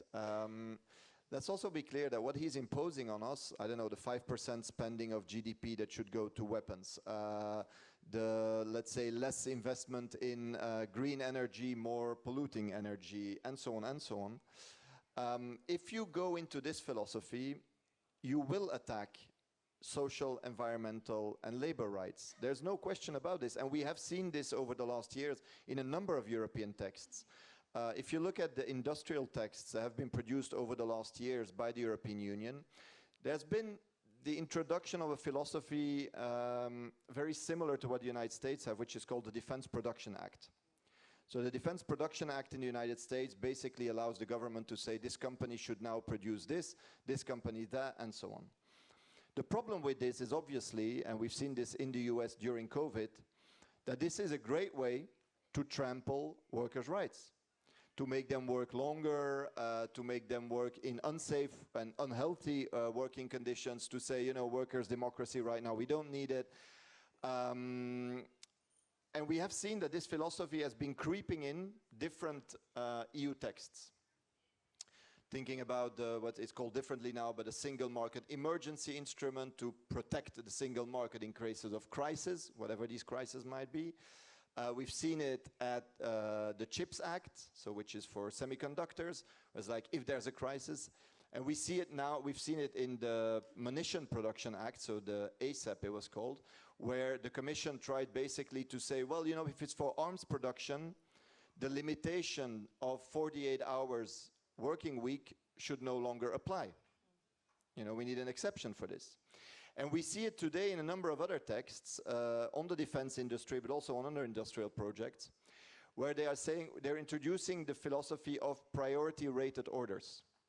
Now, all of this is work in progress, but where basically the idea is, if there's a priority, because there's a supply crisis, these companies and these workers, they need to, you know, maybe stop striking, maybe stop fighting for their rights, shut up for a few months for us to get over this crisis. So this is extremely dangerous for democracy at work in the European Union. Secondly, we get, of course, the deregulation, but there's been, you know, the panel before discussed that quite broadly. There's the matter, of course, of subsidies, because basically we've got this belly dance approach. We enter in the logic of like the United States are attacking us. They're trying to deindustrialize Europe. This is not something Trump started with, by the way. This is something Biden already did with the Inflation Reduction Act. And the Commission basically stays in this very liberal framework of saying we'll give more money to big companies, we'll deregulate more, we'll take away environmental protection. In Belgium, we've got a big debate on the pollution of groundwater, drinking water, which means that companies that are basically distributing water now, they're unable, or they're increasingly unable to get insurance for pollution. Because the risk of groundwater, of drinking water pollution has become this important that insurance companies are saying, well, we're not sure we want to insure that anymore. And this is, and at this moment, we're getting less regulations to protect us from that. So this is extremely, extremely dangerous. And this is entering basically the competitiveness or the competition model with the US. So we're on the one hand accepting a lot of what Trump is saying and doing. We're entering in the same logic. And secondly, we say, well, you know, in order to kind of stay competitive, we need to break down everything we have that makes us differ from United States, basically. We're trying to create some kind of putting it a little bit for the debate as well, a US made in Europe. You know, there's this strong, could we do other things? Of course we can do other things. Like at national level, we can do other things. We can do other things at the European level. Think about, I don't know, energy. If we would invest massively in a public energy infrastructure, you can go to a green and a clean energy transition a lot quicker. Put in the money. Never tell us again that there's no money. You can find 800 billion for defense. I'm sure there's some other money you can find. And otherwise, use some of that money. So don't use that excuse. The same thing on digital. We speak about privacy. We speak about democracy. All of our data still have to go through infrastructure that is not European, that is not public. Health, we could discuss health, but I don't want to be too long, so I'm going to not do that. Trade, let's diversify our trade. The United States push us to cut trade with a number of countries, force European companies not to export to certain countries or not to import from certain countries. That is weakening Europe, making us more dependent. We can push for trade diversification, fair trade. I'm not saying we need more free trade agreements, but I think you know that's not particularly what I'm advocating. And finally, a tax policy. A tax policy that allows us to fund this. Because all of the discussions on debt, all of these discussions, they forget to mention that very often it's right-wing governments that dug the debt. I know this is the case in France. I don't know what the numbers are, but I think like the Macron government or presidencies targeted with like 1,000 billion extra debt. In Belgium as well, we had a right-wing government basically, limiting government revenue, state revenue, and by this making social security, social right, and public investment impossible to finance. But this is a political choice. It's a political choice to first create debt, to create underfinancing, and then to say, hey guys, sorry, we'll take away all your rights because, there's no money left. So we need to, and we've got on every single one of these points, not just countermeasures, but also a counter-narrative, where we say we have a different model of society, where it is not capital that decides where investments are done, where it is not capital that decides on everything that's part of our life, but where it's us, working people, trade unions, and broad democratic society that make those choices. And that's the opposite of the Trump model, where all decisions are made by either Elon Musk on what we will see on Twitter or, all of these things. But we can win this, I'm convinced of that. Sorry, thank you.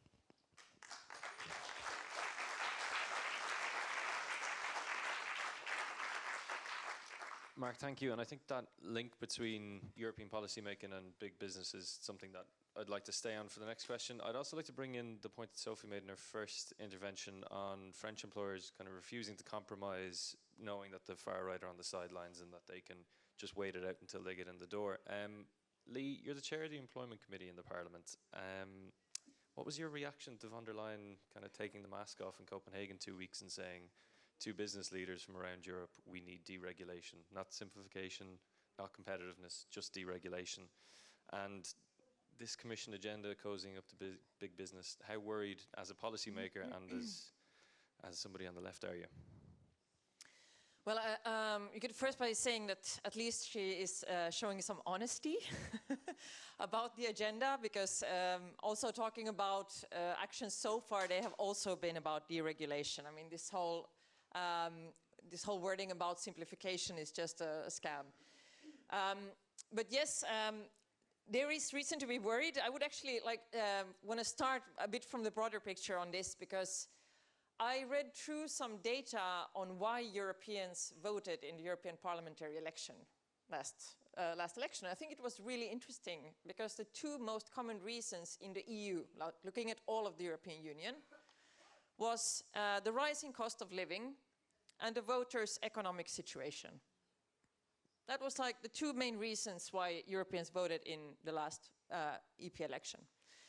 And still, even if you look at polling that is done after that, like what issues the Europeans want the European Parliament to focus on?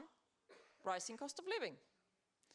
So I think it's a really clear message, right? People are saying very clearly what are the issues that they are worried about, and I think this also kind of reflects the feeling of powerlessness that also Grace was talking about. Like, these are the issues that affect my everyday life that I'm worried about. These are the issues that I expect policymakers to focus on national level, but on the European level as well. And what did they get? They got a commission and a mandate where I would argue that we see an increasing bond between politicians and capital. And of course, you could argue that this has always been the case in the European Union. We know there's always been a lot of corporate lobbying, but it's even more open now, I would say, and even more clear. As we heard from von der Leyen, kind of taking, of course, supported by Merz and supported by Macron, taking these policies of deregulation as a kind of #1 thing that they're going to work on. And then we're also seeing on European level the cooperation between the right and the far right. And this is also important because that emphasizes actually, and once again, capital can trust these political forces to do their job for them. As we are seeing in Parliament at the moment, for example, with the corporate due diligence law, which is becoming way worse now as Parliament is dealing with it compared to the already very bad proposal from the Commission. So what are the dangers and what are the reasons we should be worried when it comes to the deregulation agenda? Of course, the first is, I think, once again, the corporate due diligence law is a good example. Mark also mentioned several examples here. You know, what they are doing with the due diligence law is basically saying, you know, asking this question that, is it okay to demand from companies that they take responsibility for blatant human rights abuses, such as child labor, forced labor, or blatant environmental problems throughout their value chain? And the Commission and European corporations are saying, no, that's too much to ask. That is their message. So we are seeing radical weakening of already existing European norms and legislation. The other thing that makes me worried is kind of this lack of initiative, which was discussed in the previous panel. In the first Commission work program, there were 0 legislative initiative in the field of employment and social policy. And what does this create? This creates a political situation where we as MEPs, you know, we are fighting so hard. Could we please get a directive on psychosocial risks? You know, I am very much in favor of that. But it's not a super big vision either, like, if I'm honest. I mean that we are using all of this energy during this mandate to just even get something in the field of labor and social policy, when I really think that this mandate, I mean, looking at everything that is happening around the world, looking at the plans that Trump and Putin have for Europe, this really is a time where Europe should be doing big things from a completely different point of view than the one that Commission is doing now. And I think Mark already kind of went through on energy, for example, on data, what we could do, in social policies, what we could do. And I mean, the one common denominator for all of this is, of course, that we would need investment. And even if we take, I guess, in this room, we all know the problems of the Draghi report. There was a lot of it in it that we do not agree on. But I think it's so interesting because his main message, even in his own report on competitiveness, that the Commission is saying is their kind of policy guideline for the whole mandate, his main message was not deregulation. His main message was investment. And this has now been like thrown out in the dustbin because of course, for the Commission, it's politically inconvenient to talk about this topic because it would mean changes in the economic policies of the Commission. It would mean change in the economic policies of the member states. So they have kind of thrown out that and instead rolled out the deregulation agenda, which of course will not solve the problems that Europe have, will not solve any of the big challenges that we have ahead of us connected to the state that the world is in now. So I think this is also a time really to kind of try and join forces also on the European level, to kind of think beyond what they are trying to push us into now. I mean, of course, we should work to get all of these directives that we want, but we really need, and I know that we can also think and have a much bigger vision of what European policies, of what EU policies should be about during this mandate. It's definitely not deregulation.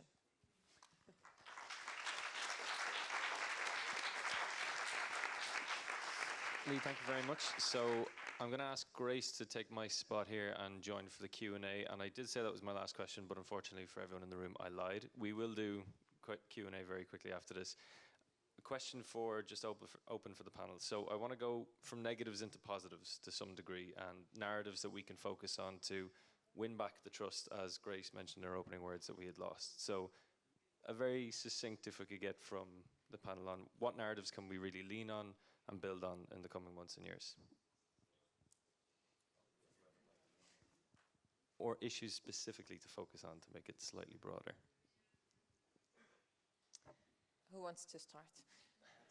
I mean, I think we've talked about many of the narratives, but I think one of the most important narratives is actually this alliance between capitalists and politicians that we're seeing. Like, do we want Elon Musk to decide our business here in Europe? Or do we want the owners of Amazon or Google to decide on how we are supposed to do labor market policy or trade policies in Europe? I think, I mean, to have a functioning narrative, I think you also need to have, I don't know what word to use in English, but you need to have like a good enemy, right? And I have not encountered any European who thinks it's a really good idea to let Elon Musk decide on our labor market policies here. Okay. So I think using that as a part of our narrative to kind of show what we stand for and who we stand for and who we are working against, like what are the forces behind what they are trying to push on us in Europe at the moment, and the kind of place in which they are trying to push all the European continent. I think that should be a part of our narrative. I will just add, do we want or do you want that algorithm of Twitter or any other big tech platform will inform you, your parents, your kids? Do you really want this? It's very similar.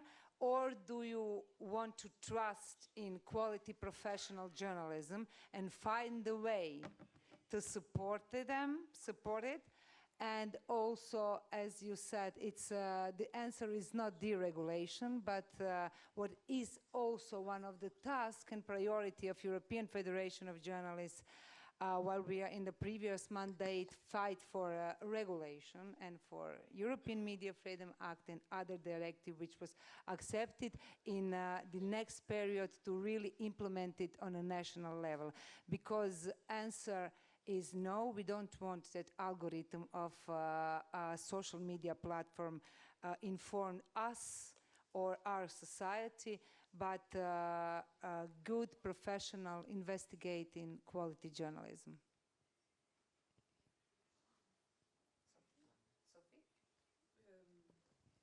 Je pense qu'il ne reste pas beaucoup de temps, donc peut-être la salle. On a beaucoup parlé. Exactly. We will, if you don't mind, we will open the floor for questions from the audience side. By the way, like we did the classic season 1, season 2 thing where Kevin changed to the other Kevin, so it's a different guy for those who didn't notice. But nonetheless, does anybody have any questions for our panel? We have a couple of minutes here, so I think we are going to pick up Jerry first, followed by Federica, and yes, moving forward from there. Thank you very much. Firstly, can I commend the panel on an excellent debate. It's been really good and really insightful as well. My name is Jerry McCormick. I'm from the Irish Congress of Trade Unions. And can I just compliment Grace on her opening remarks? I agree 100% with everything that you said. We organise both in the Republic of Ireland and in Northern Ireland. So a lot of the issues that you talked about, of course, we come across in our daily work. And to see the UK at the moment, economically, it's a basket case. That's been the result of Brexit. And Brexit, of course, was based purely on lies, misinformation, and racism. That's the truth. And to see now that you have the same people that took the UK out of Europe are now leading in the polls in the UK through the same process again. And I suppose really the question is how do we take control of the narrative across Europe and the UK, in Ireland, and all countries? All you have to do is look at the US. You have a president that's a narcissist, a rapist, a misogynist. What else can I say? He's a convicted felon, right? And yet he's the president of the most powerful country in the world. How can this happen? How did he get to be where he is at the moment? And a lot of it, I think, is really what Grace has said. There's been a failure on the left to combat what is happening on the far right. It is not good enough to call people who support right-wing parties fascists and Nazis. That's not the answer to it, by the way. We need to debate with them. We need to discuss with those who run the far right, who organize the far right, are the clever ones. They use every possible mechanism to get their message across, and they do it very successfully. And of course, all those social media companies, they are billionaires as well, and they are helping to get the message across of the large corporations so that we are fighting, and when I talk about we, I'm talking about working class people are fighting over migration. And that is one of the big issues that they use.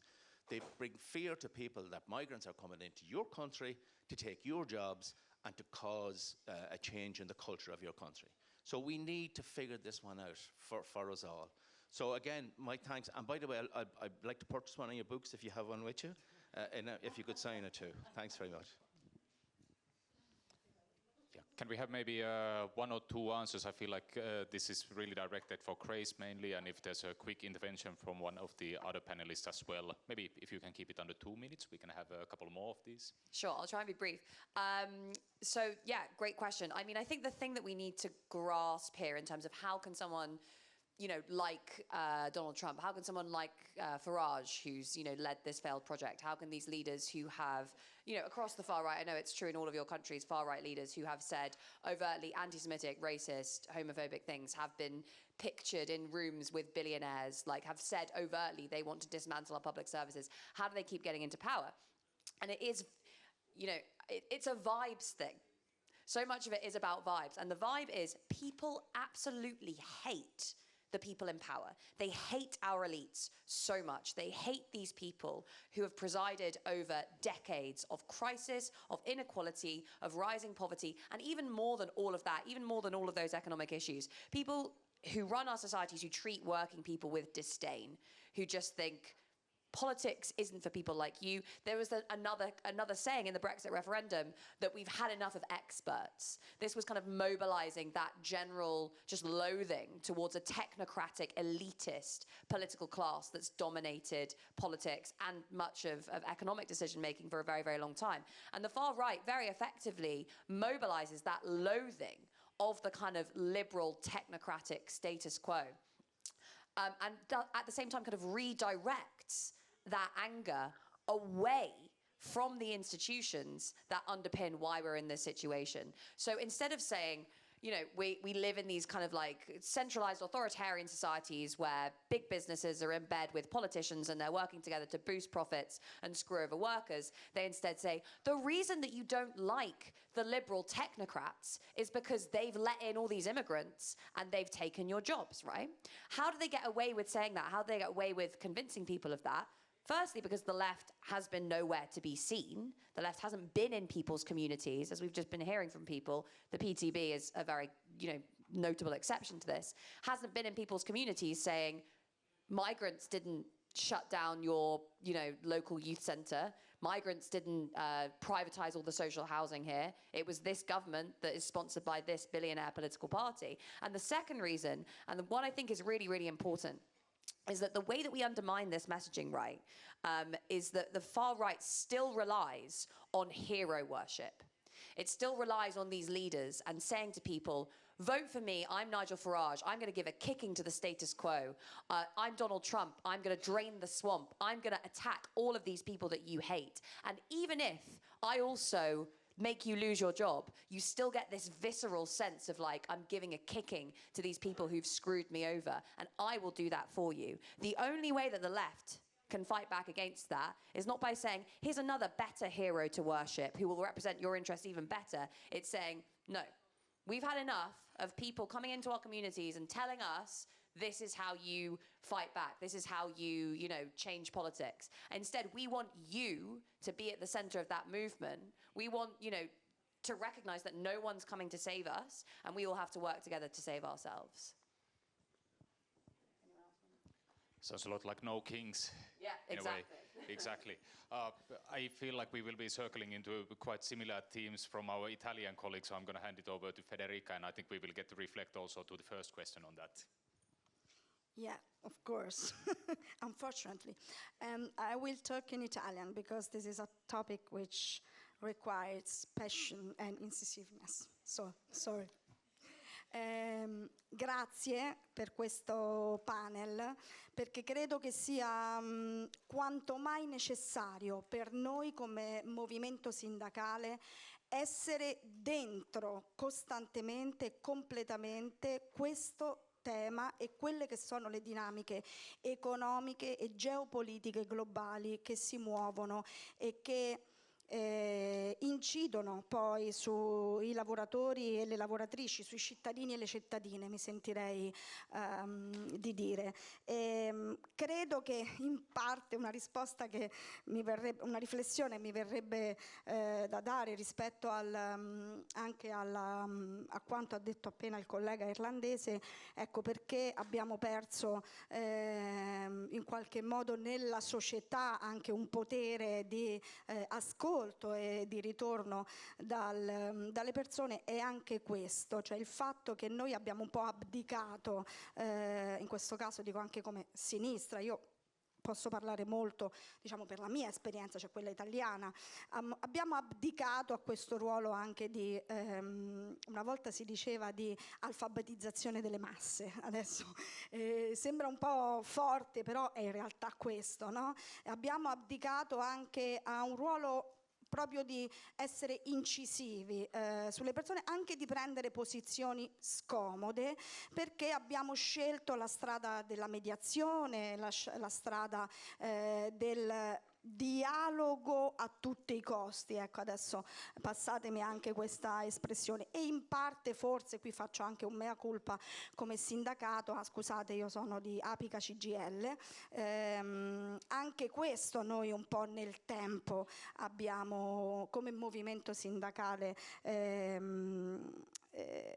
compiuto come passo. E allora pensando un po' a tutto quello che avete detto, dall'introduzione che ha fatto Grace a tutti voi, intanto mi viene da dire che noi purtroppo, verrebbe da dire, già non siamo più in una democrazia compiuta, siamo piuttosto in una forma di democratura, no? Quella in cui abbiamo la forma della democrazia, l'involucro della democrazia, ma abbiamo già perso molte delle libertà e dei diritti che anche con fatica erano stati conquistati. Però stando dentro la forma della democrazia siamo ancora come persone soggiogate all'idea che in realtà siamo liberi. Ecco, anche questo forse è un elemento su cui dobbiamo riflettere, e in questo contesto oggi più che mai, negli ultimi 2 anni in particolare, abbiamo normalizzato temi, pratiche e azioni che non dovremmo mai normalizzare, anche data la storia, come la guerra. Noi abbiamo normalizzato la guerra come un tema economico. Nel momento in cui noi la normalizziamo come un tema economico anche di fronte alle platee dei lavoratori, delle lavoratrici, dei cittadini e delle cittadine, quello che succede è che diventa una normalizzazione anche culturale e morale. E quindi ecco la corsa al riarmo, ecco la giustificazione delle guerre che vengono messe in atto. E questo, per questo noi pensiamo, io credo fortemente che il nostro, per esempio, no al riarmo non è soltanto una scelta morale, ma diventa proprio una scelta politica e sindacale che noi dobbiamo essere in grado di mettere in atto concretamente, perché quando spendiamo euro sulla guerra e sull'armamento, e noi come Italia questo lo possiamo dire con gli ultimi 32 miliardi di euro investiti nel riarmo, quando investiamo anche solo un euro negli armamenti e nella guerra, noi li stiamo togliendo proprio alla sanità, alla scuola, al lavoro, e quindi questo dovremmo dire proprio per rispondere ai lavoratori e alle lavoratrici che è vero, sentono un problema di carovita, di non arrivare a fine mese, di non avere salari a sufficienza per vivere, non trovano la sanità, l'istruzione va sempre peggio. Ecco, qui dovremmo dare una risposta, e quindi più che una domanda viene una riflessione, che noi non possiamo rassegnarci a un modello che vede la distruzione come un motore di sviluppo, e allora dobbiamo provare, credo, a rafforzare le nostre alleanze come sindacati, come partiti, come organizzazioni della società civile. Faccio un accenno solo volante perché devo chiudere, ho qui già il falco, il giornalismo. Io voglio ricordare i numeri che ci ha detto il Sindacato Internazionale dei Giornalisti. Negli ultimi 2 anni sono morti oltre 220 giornalisti a Gaza. Questo è il punto dell'iceberg di quello che succede nel mondo rispetto all'indipendenza e alla libertà del giornalismo. Quindi credo che noi dobbiamo fare più forti alleanze, spingere come sindacato tantissimo sul dialogo sociale per rimettere la giustizia sociale al centro, perché con quella riportiamo al centro anche il tema della pace. Grazie.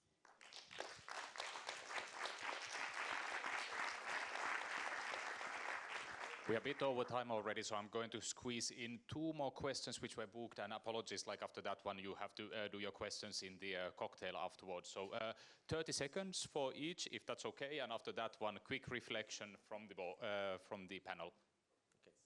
Une question simple, hein. En France, on assiste à une extrême droite qui est une vraie imposture sociale, ça a été dit à la tribune. Ce qui relève quand même, ce qu'on peut noter, c'est qu'il y a cette question de collusion des intérêts particuliers entre une classe politique européenne et une forme d'extrême droite, de patronat mondialisé. On voit quand même qu'il faut se regarder en face. Un certain nombre de cadres votent de plus en plus aussi vers les partis d'extrême droite.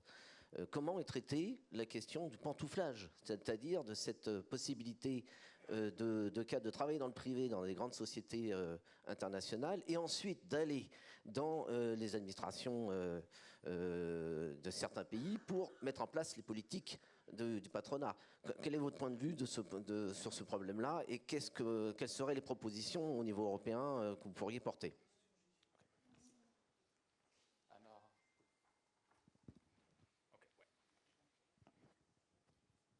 Hola, buenas tardes. Yo voy a hablar en español, con lo cual os doy tiempo a poneros traducción, si queréis. Lo primero, enhorabuena a la mesa, al panel de ponentes. Tenemos poquísimo tiempo y podríamos estar hablando horas. Yo soy sindicalista, pertenezco a la Unión General de Trabajadores, vengo de España y además soy socialista, progresista durante toda mi vida. Y yo creo que no podía dejar pasar esta oportunidad para poner en valor el esfuerzo que está haciendo el gobierno español en la figura de su presidente, plantando cara a un Donald Trump, a un pistolero, a un cowboy, hasta el punto de estar asistiendo, como estamos asistiendo, a un acoso en el cual se permite el lujo no solo de echar pulsos físicos, como vimos ayer, sino de animar a nuestros socios europeos a que nos expulsen de la OTAN, del mercado común, y todo porque, según él, no invertimos el 5% en defensa, cuando lo que está diciendo es que no le compramos a él el 5% de nuestro PIB. Porque lo que nuestro gobierno está diciendo es que, bueno, si hay que invertir en defensa, se invierte, pero en industrias europeas, no que se lo compremos a él. Eso por un lado. Por otro lado, Lee, yo trabajo en Nokia Spain. Y con el tema del abandono de la batalla social y sindical en países nórdicos, Finlandia, donde Nokia era un motor y una joya de la corona, pues estamos absolutamente sorprendidos porque esa empresa se ha abandonado en manos de un CEO norteamericano solo porque Trump ordenó a sus empresas de mobile que no nos compraran. Con lo cual, ahora estamos asistiendo a despidos masivos en Finlandia, entre otros, y lo que para nosotros era un mito de la lucha sindical, pues se ha caído. Y lamento no tener más tiempo. Gracias.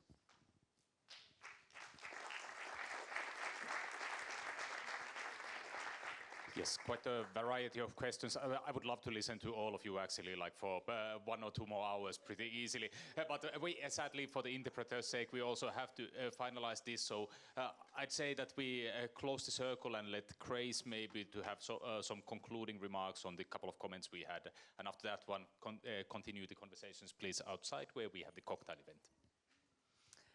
Right, yeah, Kevin asked me to make some concluding remarks as well at the end of this. And can I just say what an honor it was to listen to my comrades from all over Europe. I think that's the most amazing thing about being on the left, is that you can go to any part of the world and meet people who are part of the same struggle and the same fight as you.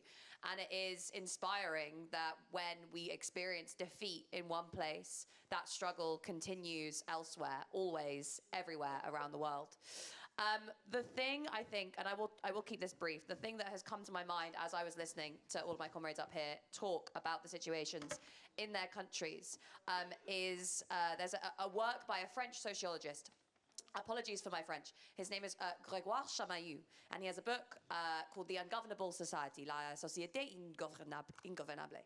And in this book, he argues that the transition to neoliberalism in the 1980s was framed as a way of promoting the free market and cutting the size of the state and all these sorts of things. In fact, what it was a fight back against a society that had become ungovernable.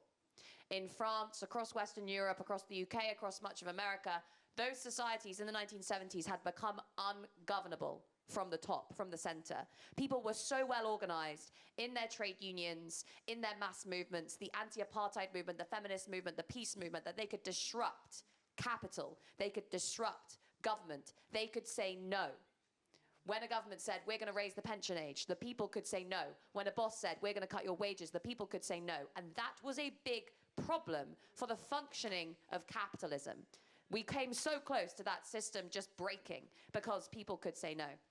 And I think we are now reaching a time when, as you know, the far right is taking up the mantle of neoliberalism, because neoliberalism has failed, so it is now being taken up by the far right. We need to learn how to say no again. We need to make ourselves ungovernable again. And that requires organizing in the labor movement, in our communities, on the streets, to be able to resist. I am always so enthused and excited when I see my comrades in Belgium, in France, in Spain, in Italy, on the streets saying no. That is the first step. The second step is then how we build from that, how we can then show, how we can turn that no into something bigger. And that is what I see in the labor movement, where workers coming together to democratize the decision-making processes in their organizations. I see it in communities, where communities come together and say, we're taking control of our energy systems. I see it in the cooperative movement, working with the labor movement to take control of organizations and saying we're doing things differently. I see it in political parties, like the parties that all of my comrades on this panel are involved in, when they say we are putting power back in the hands of ordinary people. So first, we need to make ourselves ungovernable. And then we need to figure out how to work together to build a different kind of society. Because as I've said, as we've all noted, no one is coming to save us. We have to figure out how to work together to save ourselves. Thanks very much. Thank you. This one. Thank you very much, Grace, for these inspiring words. Thank you all for this very interesting panel. I'm so sorry that we have to stop this panel because also we have the interpreters and the day has been very long for them. So big thanks for participating to our Congress, and I hope that we can continue the discussion over the cocktail.